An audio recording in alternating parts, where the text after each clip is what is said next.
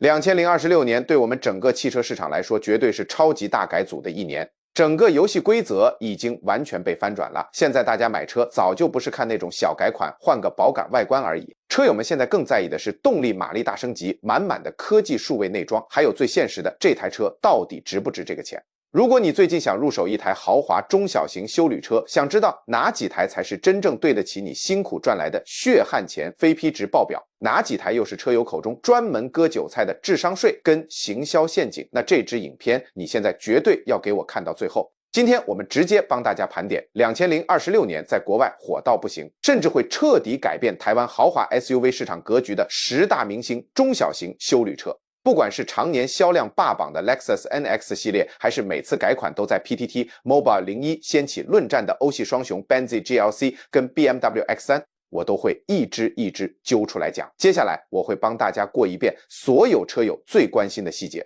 从引擎最暴力的马力数据、外观设计到底有没有变得更帅，到每天摸得到的内装质感。最重要的是，我会直接帮大家对比台湾的市场现况，有些车总代理有卖，有些车台湾根本没有，而那些引进台湾的，我会直接帮大家估出加了关税后的实际落地价格。话不多说，我们直接进主题。第10名 Range Rover Evoque。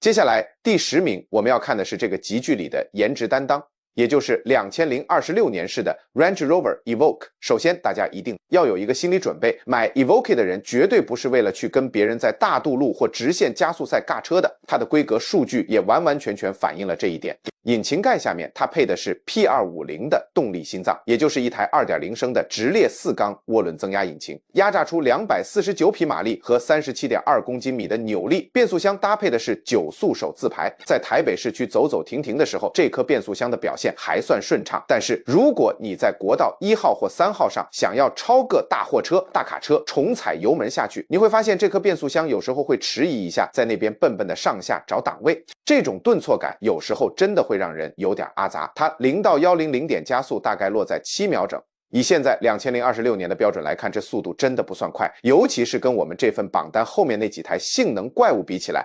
Evoque Evoque 只能算是在后面吃土的份儿。不过呢，它全车系都标配了4轮驱动，还有 Land Rover 自豪的第2代全地形反应系统，这就跟市面上其他那些只是底盘调高，本质上根本是小掀背车的跨界休旅完全不同了。不管是去宜兰露营遇到烂泥巴，还是去和欢山赏雪、去海边沙滩，这台车是真的能带你安稳的脱困，骨子里流的还是纯正的越野血统。这也就是为什么 Evoque 到了2026年还能留在这个竞争激烈的榜单上，因为它的外观真的太好看了。它维持了那个经典的类双门跑车 Coupe-like 斜背线条，车顶一路往后压低。虽然市场上有一堆车想抄它的设计，但不得不说 Land Rover 依然是设计完的最进阶的。2026年时还升级了全新 Pixel LED 矩阵式头灯，看起来就像切割精细的水钻首饰一样闪闪发亮。水箱护罩的网格也变得更精致、更宽扁，更不用说那个科技感十足的隐藏式车门把手了，解锁时会自己弹出来，开走又会默默缩回去。每次载朋友都像在炫耀什么新科技一样，仪式感满分。加上可选配到20几寸的超大轮圈，直接把整个轮拱塞得饱满到不行，它看起来就是贵。而对很多外贸协会的买家来说，光是帅跟贵气，这台车就已经及格了。进到内装， Land Rover 这次走的是极简风，简直快把所有东西都清空了。他们把几乎所有的实体按键全部拔掉，全车的功能都整合在中间这块亮眼。悬浮式的 11.4 寸曲面玻璃触控荧幕里面，系统跑的是 PV Pro， 视觉上确实非常高档，非常科技感，里面的用料也是顶级的。如果你不想选传统的真皮，也可以选很有质感的羊毛混纺织品，总之你手摸得到的地方全部都是软质皮革或高级塑料包裹。不过这也是网友在 PTT 还有 Mobile 01上吵最凶、最不推的地方，因为完全没有实体按键，你开车开到一半，只是想调个冷气温度，或是打开双前座的加热椅，你都必须分心去戳那个荧幕好几下，这在高速公路上老实说有点危险。另外，它最被车友嫌弃的致命伤就是后行李箱空间真的太小了，它的后座跟置物空间可能连一台平价的 Honda CR-V 都比不上。如果家里有小孩或者出门总是要大包小包的，这台车对你来说真的会变成悲剧。想追求时尚，代价自然不便宜。在台湾2026年式的 Evoque P250S 的代理商开价直接就是220几万台币起跳。如果你想要外观更黑、画轮圈更帅、科技配备更满的 Dynamic SE 车型，甚至是限量的都会魅影版，价格随便都会飙破260万。270万台币，简单来说，这就是一台开起来很有态度，但本质上是买来高调炫耀的时尚单品。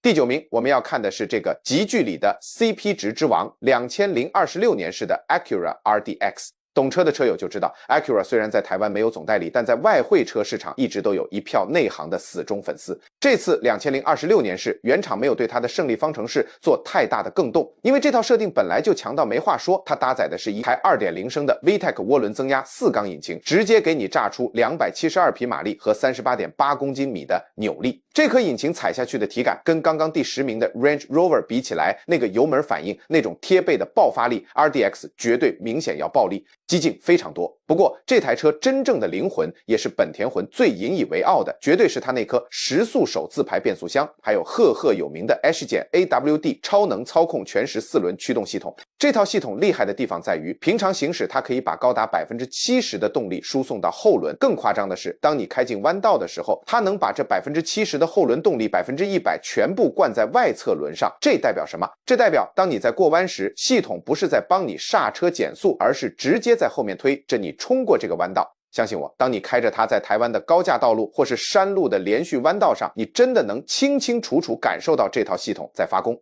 整台车过弯的稳定度简直就像是粘在轨道上跑一样，操控感爽度破表。这也就是为什么 RDX 能在榜单上占有一席之地的原因，它的钻石型五角水箱护罩非常霸气。2026年时还换上了全新的网格设计，让引擎进气散热效果更好。车头最吸睛的绝对是那组招牌的 Jewel LED 头灯，由7颗独立的 LED 投射灯组成，亮度高到破表，晚上在路上开过去辨识度高到不行。如果你选配了 A-Spec 运动化套件，全车还会加上亮黑色的饰条、黑化车标，还有尺寸加大的排气尾管，整台车看起来就像是一台不折不折的性能跑车。虽然它没有欧系车那种优雅圆润的线条，但这种充满锐利线条和侵略感的机械美学，真的非常吸引那些追求运动风的年轻车友。进到内装 ，RDX 就稍微显露出一点岁月的痕迹，但实用性依然给得很足。中控台上方配的是一个10.2寸的高画质萤幕，但是这也是很多车友买车前最纠结的致命伤，它竟然不是触控萤幕，你必须透过排档座下方的触控板来操作，用起来就像笔电的滑鼠触控板一样，你得用手指滑来滑去来点选图示。这套系统在 PTT 的车友评价非常两极，有人讨厌到不行，有人用习惯了觉得还好。建议大家找贸易商看现车的时候，一定要亲自去搓搓看，体验看看再做决定。不过 AA Spec 车型配的那2张跑车座椅真的没话说，用的是顶级的 Milano 真皮搭配麂皮材质，包覆性跟支撑性一流，在山路热血过弯的时候，身体被夹得牢牢的。另外它还配了 ES Studio 3D 的顶级音响，全车塞满16只喇叭，不少发烧友车主评测都一致公认。这套音响的音质绝对是同级休旅车里面天花板级别的表现。最后讲到价格，这台车就是香在这里。在美国当地，它折合台币大概140几万起跳，就算你把 A-Spec 外观最高阶的科技套件全部选满，换算台币也才大约170几万。就算我们加上进口台湾的关税、货物税，还有贸易商的利润，开价差不多也落在240万到260万台币上下。大家想想看，在现在德系、欧系对手随便选个配备，台湾总代理报价就动不动飙破300万。320万的2026年配备给的这么满，性能这么强的 RDX， 在内行车友眼里简直就是买到赚到的神车。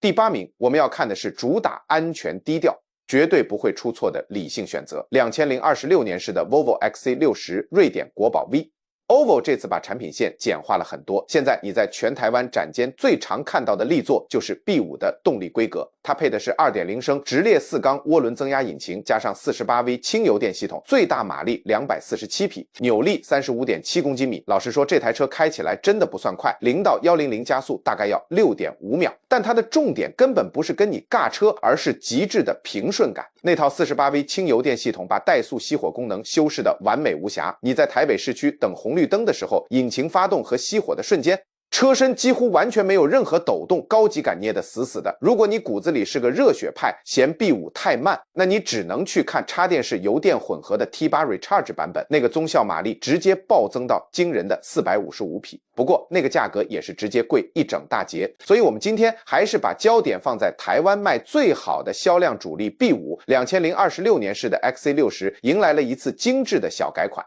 车头最明显的变化就是把以前老气的水箱护罩直瀑式镀铬饰条拔掉，换成了全新设计的斜纹交织网格，视觉上更现代更有科技感。当然，灵魂标配的雷神之锤 LED 日行灯依然还在，这已经是路上辨识度最高的招牌了。而且2026年原厂还特别推出了 Black Edition 极黑剪影版，它把车头的 Volvo 铁标、全车窗框、水箱护罩还有铝圈全部做亮黑喷砂处理。这个黑化套件一上身，直接把原本温馨的好爸爸好妈妈买菜车瞬间变成非常有杀气有神秘感的黑武士。这种经典耐看的北欧极简设计真的非常抗旧。进到内装， Volvo 的座舱一直以来都像一间高质感的瑞典客厅，大面积的漂流木纹饰板，摸得到真实木头的纹理，搭配北欧手工打造的 Oriforce 水晶排档头，还有细致的 Nappa 真皮，一坐进去，那个氛围就是会让你整个人放松下来，非常有一种低调奢华的高级感。到了2026年式，中控台那块直立式的触控荧幕升级到了 11.2 寸，而且里面内建了最新的 Google 车载系统。这代表你不需要连手机车机打开，直接就是原生的 Google Maps 导航， Google 语音助理，还能直接在车上下载 APP， 流畅度跟直觉度就像在滑 iPad 一样方便。另外不得不提的就是他们家那两张堪称骨科医学奇迹的座椅。Volvo 座椅子在车界是出了名的强，人体工学极致完美，专门设计来减轻长途驾驶时脊椎的压力。很多 Mobile 01和 PTT 的车友都分享过，开这台车回南部过年塞车塞个4-5个小时，腰竟然完全不会酸，真的是长途神。车最后讲到价格，2026年式的 XC60B5 台湾官方定价大约会落在230万到270万台币之间。它在同级车里不算最便宜，但你买到的是领先全球的顶级安全创新，高强度的硼钢车体防护，还有那种老司机最懂的北欧斯堪的纳维亚高雅质感，这台车就是内行人的首选。第7名是一个全新登场的狠角色，2026年式的 Cadillac Optiq。讲到 Cadillac 凯迪拉克，台湾车友可能第一时间会想到美国大片里的黑手党座驾，或者是大排气量的凯雷德 Escalade， 但这台 Optiq 可是他们最新发表的入门级纯电豪华休旅车，定位在 Lyriq 底下。台湾目前虽然没有总代理，但外汇车贸易商早就盯上这台车了。它一出场直接就是大满配，全车系标配双马达4轮驱动，这套纯电动力系统可以炸出300匹马力和49公斤米的强劲扭力。因为是电动车的关系，这个扭力是随踩随到，一脚踩下去油门瞬间全开，完全没有传统燃油车等变速箱降档的迟滞感，贴背感非常强。续航力的部分，原厂预估充饱电可以跑大约480公里，这数字在台湾充斥着快充站的2002，16年不管是台北开到高雄还是跑一趟花东，基本上都能让你彻底摆脱里程焦虑。而且它采用通用汽车最新的 Ultium 平台，把重的电池组直接压在底盘最下方，这让它拥有极低的重心，开起来的底盘扎实度和平稳度完全不像是一台高重心的重型休旅车，过弯沉稳的像一台大房车。外观部分Optiq 只能用帅到没朋友来形容，它承袭了老大哥 Lyriq 还有 Escalade iQOO 那套标志性的垂直 LED 灯组，车头水箱护罩其实是一整块黑水晶玻璃盾牌，到了晚上里面雷射雕刻的几何线条会全部亮起来，看起来简直就像一艘科幻电影里的太空船。车尾更绝，采用了非常大胆的分离式尾灯，一组在后挡风玻璃两侧，另一组在保杆下方。这种美式豪华的霸气肌肉线条，在台湾满街跑的制服欧系车阵中辨识度直接拉满，进到内装那才是真正的重头戏。一开车门，映入眼帘的是横跨整个中控台高达33寸的曲面一体成型 LED 超大萤幕。这块荧幕把数位仪表和中控车机完全融合在一起，解析度高达 9K， 这规格甚至比很多车友家里的电视还要高，显色度跟细致度漂亮到不行。内装材料也很有意思，它响应2026年的环保趋势，大量使用了再生织品和环保木纹材质，但摸起来的质感依然高档耐用。加上因为是纯电平台，少了传动轴和变速箱，后座地板完全是平的，车内空间宽敞又开阔。最后讲到价格，Cadillac 这次在美国当地的定价策略非常杀，起步价大约落在54000美元。算上标配的双马达跟这块夸张的33寸 9K 荧幕，这性价比在美国直接把一堆欧系纯电对手吊起来打。如果未来台湾贸易商引进加上关税等费用，价格预估会落在260万到290万台币上下。对于看腻了双臂纯电车，想追求极致美式科技风和独特品味的内行车友来说，这台车绝对是2026年的黑马。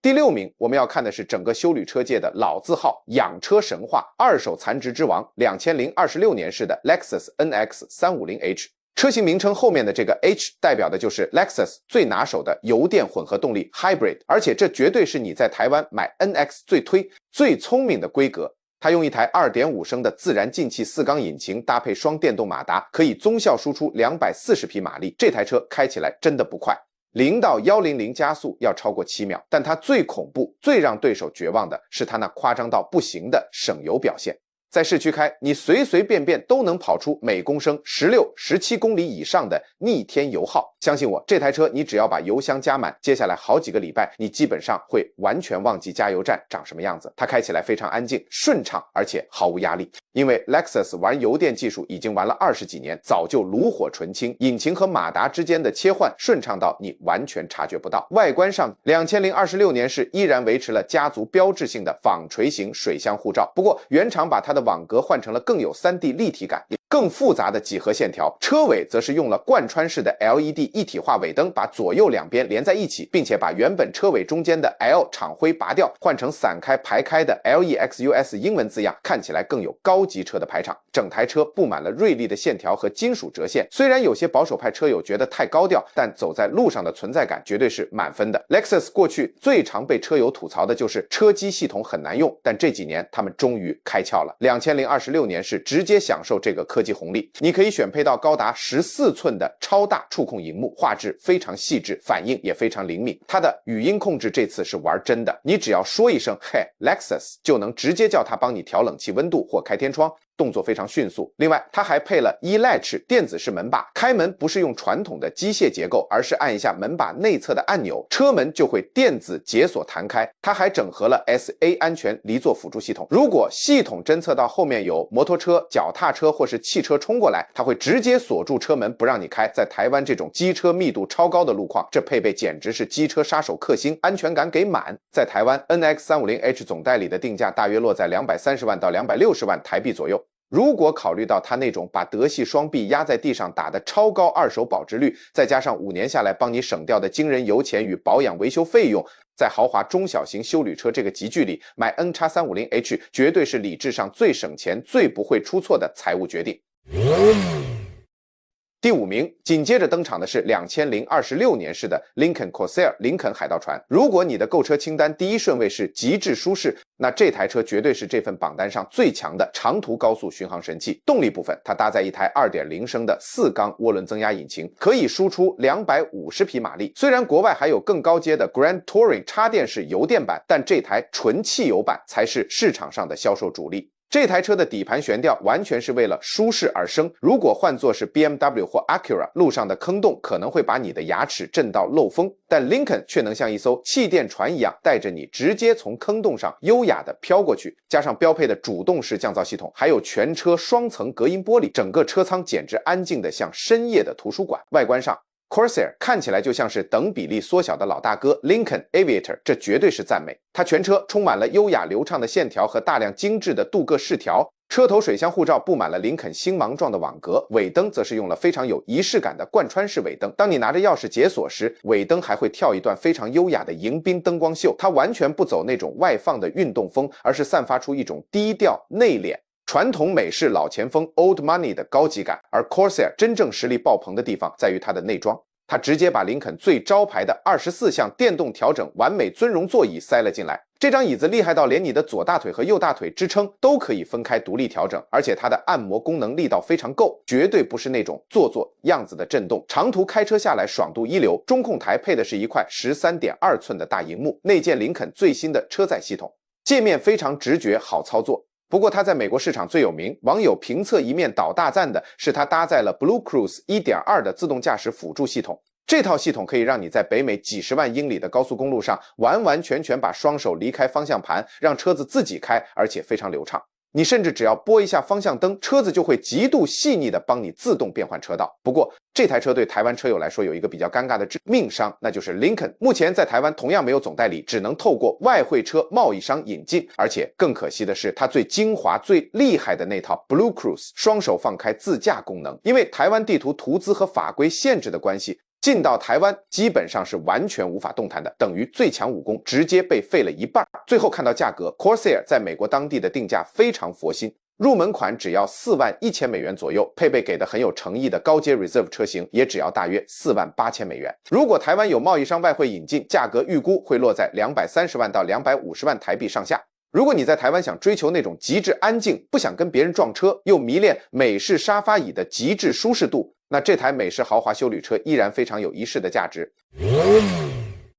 第4名是一台在国外一发表直接把德国双臂吓出一身冷汗的狠角色，2026年式的 Genesis GV70。在开始介绍前，同样要先跟台湾车友说大实话，目前 Genesis 这个现代汽车旗下的顶级豪华品牌，台湾总代理是完全没有引进的，所以这台车你在台湾市场是买不到的。虽然路上偶尔能看到极少数内行车主自己办进口的外汇车，但它在台湾的能见度基本上比超跑还要低。不过这台车在国外的评价真的高到破表，我们就来看看它到底凭什么让德国人这么怕。首先在动力上，2026年小改款维持了原本大家就很爱的设定，入门款直接标配 2.5 升涡轮增压引擎，一出手就是300匹马力，这可是同级车里最强的纯原厂乞丐版动力。如果你觉得不够狂，它还有 3.5 升双涡轮增压 V6 版本，马力直接飙到375匹，这动力数据直接把休旅车变成一台火箭。最厉害的是它配备了电子控制悬吊系统副道路预览功能，车头的摄影机会主动去读取前方的路况，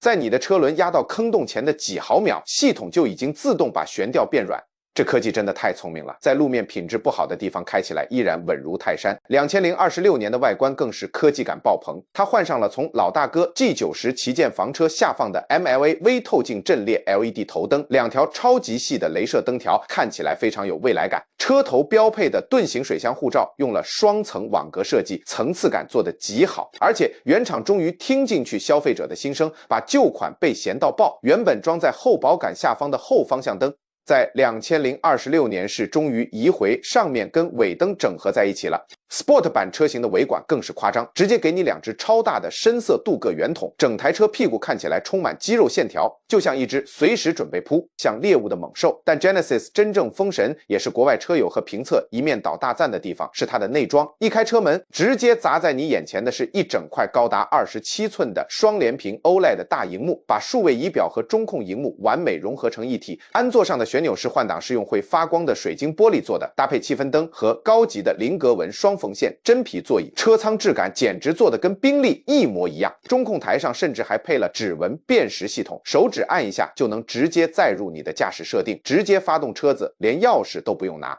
Genesis 用这台车证明了你根本不需要花到新台币400万、500万就能享受到最顶级的豪车内装。价格部分，它在美国2026年式的起步价大约是$47,000，折合台币大约150万元。高阶的 V6 Sport Prestige 版本则要大约$68,000，换算台币接近220万。虽然以国外来说，它已经不再是当年的超便宜过路客，但如果把这种逆天的奢华内装和超强马力算进去，它依然是全场 CP 值最高的豪车。只可惜这台德系杀手台湾没有卖，我们也只能看着国外的评测流口水了。第3名落在了大改款全新世代的2026年式奥迪 Q5。这台车对台湾豪华车市场来说绝对是重磅中的重磅。这次大改款它首度采用了4环品牌最新的 PPC 豪华内燃机平台，入门款搭载的是重新优化过的 2.0 升 TFSI 4缸涡轮增压引擎，可以压榨出268匹马力，而且它这次特别换上了全新的 MFWave Plus 轻油电混合动力系统。懂车的车友就知道，这套新系统最厉害的是加入了全新马达，不仅让怠速熄火系统的作动变得丝滑，没什么存在感，甚至在特定情况下还具备纯电行驶的能力，开起来顺畅度大加分。4驱版本一样标配当家的 Quattro Ultra 智慧型4轮传动系统，在国道高速巡航的时候，系统会自动断开后轴的驱动，用纯前驱来帮你省油。当你进到山路或是压到水坑，需要抓地力的1/100,000秒内，它又会默默把4驱接回去。根据台湾强先评测这台车的车媒心得分享，这次大改款 Q5 重新调整了底盘悬吊，整体调校更偏向舒适型。在面对台湾这种拉力赛等级到处坑坑洞洞的烂路时，吸震表现非常强，坐起来更舒服，但在山路过弯时又完全撑得住，整体扎实度和沉稳感都比旧款明显好上一个档次。外观部分的改动则是进化却更锐利，标配的单体式盾形水箱护罩变得更宽更低扁。不过大家都知道，奥迪最强的副业就是灯场，这次大改款在灯光科技上直接开了大绝。2026年式 Q5 搭载了主动式数位灯光展演功能，你竟然可以直接从中控荧幕选单里自己去挑选8种不同的数位日行灯和 OLED 尾灯的花样，这代表你每天看腻了，就可以帮自己的车子换一组眼神，个性化玩到了极致。更赞的是，这次 S-Line 运动化套件上的排气尾管终于是真的了，拔掉了旧款被网友在 PTT 疯狂吐槽的死板塑料假尾试管，质感大幅提升。进到内装，奥迪这次简直是荧幕塞到满，科技发了狂。驾驶座前方是一块 11.9 寸的数位虚拟座舱，中间则是 14.5 寸的曲面MMI 触控大荧幕。最夸张的是，这次首度开放副驾驶座可以选配一块独立的 10.9 寸专属荧幕，副驾不论是要在上面看电影还是帮忙看导航都行。而且这块荧幕还贴心的加了防窥防眩光涂层，从驾驶座的角度看过去只会是黑漆漆的一片，完全不用怕副驾看剧会害驾驶分心。中央安座上的排档杆也被取消了，换成全屏的电子拨钮，把空间腾出来做成了双手机无线充电座。而且奥迪这次非常聪明，在充电座下面加装了散热风扇，直接解决了所有台湾车友用车时最头痛的手机无线充电充到过热当机变暖暖包的致命伤。不过新科技满载的代价就是价格也跟着水涨船高。2026年式的奥迪 Q5 在国外发表时折合台币大约200万元起跳，但按照台湾奥迪总代理的一贯行情，加上关税还有台湾最爱的 S-Line 套件和副驾荧幕选配，引进台湾后的正式售价预估会从260万、280万元起跳。虽然越来越考验荷包，但不可否认，这台车堆叠出来的数位科技感在2026年依旧是天花板级别的强。第2名亚军落在了台湾豪华车市场的绝对霸主2026年式的 Mercedes-Benz GLC 300。这台车常年高居台湾豪华休旅车销售冠军，真的不是没有原因的。它引擎盖下那颗 2.0 升直列4缸涡轮增压引擎，搭配 48V 整合式启动马达 ISG 的轻油电系统，简直是动力与效率的杰作。它能输出258匹马力和 40.8 公斤米的强劲扭力，而且这个扭力在极低的转速就能全数释放，它0到100加速只要 6.2 秒左右，这速度明显比刚刚讲到的 Lexus、Volvo 甚至是奥迪 Q5 还要快上不少。很多车友在 PTT 或是 Mobile 01评测都赞不绝口，说这套 48V 系统把传统涡轮车的涡轮迟滞补得非常好。你一脚油门踩下去，马达立刻帮你把车往前推，刚好补足涡轮还没开时的空窗期，开起来非常有随踩随到的加速快感。如果选配了后轮转向系统，后轮最大可以转到 4.5 度。在台湾这种路小巷子窄，或是去百货公司地下停车场地狱转圈圈的时候，回转半径直接缩小到像一台平价小掀背车椅样灵活，停车变得超级轻松。外观上 GLC 依旧走的是气质路线，优雅而不张扬。2026年是车头最精致的微炫耀，就是它的星芒型水箱护罩。里面的网格其实是由无数个宾士小3芒星标志组合而成的，走近一看，质感直接拉满。它还配备了极具未来感的数位头灯，不仅亮度高，甚至还能在前方路面上投影出警告标志或车道维持线。进到内装，那才是这台车真正让人惊呼哇的魔幻时刻。整个中控台看起来就像是奢华的顶级夜店，那块 11.9 寸的中央大荧幕微微向驾驶座倾斜，悬浮在仪表台上方。而宾士最无敌的64色环景气氛灯绝对是全车界做的最好的，不仅会随着音乐旋律节奏起伏，当你停好车准备开车门时，如果系统侦测到后面有盲区机车冲过来，气氛灯还会瞬间闪烁红灯警告你。美观又兼顾台湾复杂路况的安全。最新的 MBox 系统还会主动学习你的生活习惯，如果你固定在每周二下午5点打电话给妈妈，系统到那个时间就会自动在荧幕上跳出提示。另外它还有一项透视底盘功能，系统会把车头摄影机拍到的画面组合起来，在荧幕上秀出前轮正下方的即时路况，让你在台北市区路边停车或是爬高架桥斜坡时，能清清楚楚看到有没有凸出来的石块或高低路缘，彻底避免刮伤你昂贵的铝圈。最后讲到价格，这也是宾士最硬伤的地方。在台湾，2026年式的 GLC 300总代理开价直接就是310几万台币起跳，而且大家都知道，宾士的选配清单是出了名的贵。如果你想把最新的驾驶辅助套件，还有那组带有精致金属喇叭网罩的Burmester 环场音响系统全部选进去，这台车随随便便都会飙破350万、360万台币。虽然代价高昂，但对很多台湾买家来说，光是冲着那个一上车就让人融化的夜店风、高档内装，这张门票钱就绝对值回票价了。终于来了，第一名的桂冠毫无疑问落在了2026年豪华中小型休旅车的终极霸主，全新世代的 BMW X3， 而且是直接攻顶的 M50 车型。这台代号 G45 的大改款 X3 M50 在台湾一上市就直接统治了这个级距。原厂这次用它来取代以前旧款的 M40i， 引擎盖下面塞的依旧是车迷心中最传奇、最不可一世的 B58 直列6缸涡轮增压引擎，并且加上了 48V 轻油电系统。调校出来的数据简直是怪兽级别的，393匹，最大马力高达 59.1 公斤米的扭力，它0到100加速居然只要短短的 4.6秒。你要知道，这是一台可以载全家人去露营大空间的家庭休旅车耶，这速度简直快得粗暴。它的动态操控非常精准，路感极致犀利，尤其是那颗直六引擎拉高转速时的爆音，车友们一致公认，一听就会上瘾。大改款还加入了一个像打电动一样的 Sport Boost 的弹射冲刺功能，你只要长按方向盘左边的换挡拨片，系统就会在10秒内变速箱跟引擎瞬间预载到最紧绷的战斗状态，一脚踩下去，那种推进力真的就像在现实生活里按了氮气加速一样，爽度炸裂。不过2026年式 X3 的外观在 PTT 还有 Mobile 01上的讨论度非常两极，评价可以说是非常两极。那个全新的双肾型水箱护罩里面采用了极具颠覆性的垂直加斜线交错网格，而且外框还内建了会发光的 LED 视光灯条，整个车身线条比以前更方正，更像一整块大金属雕刻出来的，看起来非常厚实霸气。原厂还把后排罩框往下移到了保杆上，让车尾门变得非常平整干净。这种前卫的设计虽然有人看不太习惯，但跟隔壁棚走圆润优雅路线的宾利或奥迪比起来， BMW 的侵略感和现代科技感明显强烈非常多。进到座舱， BMW 这次也是发狠，把实体按键几乎拔光，换上了由 12.3 寸仪表和 14.9 寸中控组成的悬浮式一体化曲面大萤幕，系统跑的是最新，反应快到像智慧型手机一样的 eDrive 9。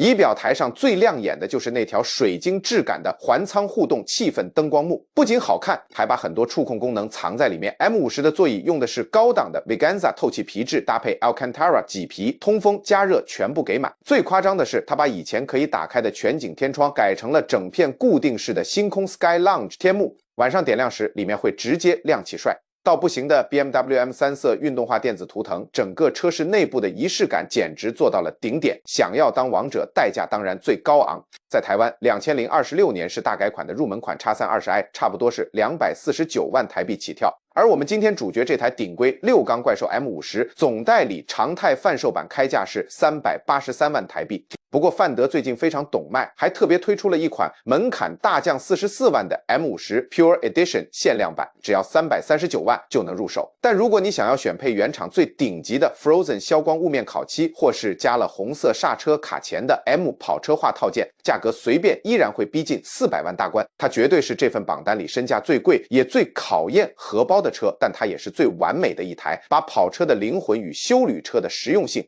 做了最极致的结合。好了，看完今天2026年前10大豪华中小型休旅车的盘点，结论其实非常简单。如果你想要最高 CP 值，那就选 Acura RDX。如果你重视二手残值跟养车不坏的省心神话，买 Lexus NX 就对了。如果你想在路上高调开一台像外星太空船的纯电车，去订 Cadillac Optiq。但如果你骨子里热爱驾驶，想要一台最全能、操控最强的终极驾驶机器，那2026年式的 BMW X3 M50 就是毫无争议的极具之王。欢迎在下面留言告诉我，你觉得哪一台才是你的梦想神车？我们下支影片见，拜拜。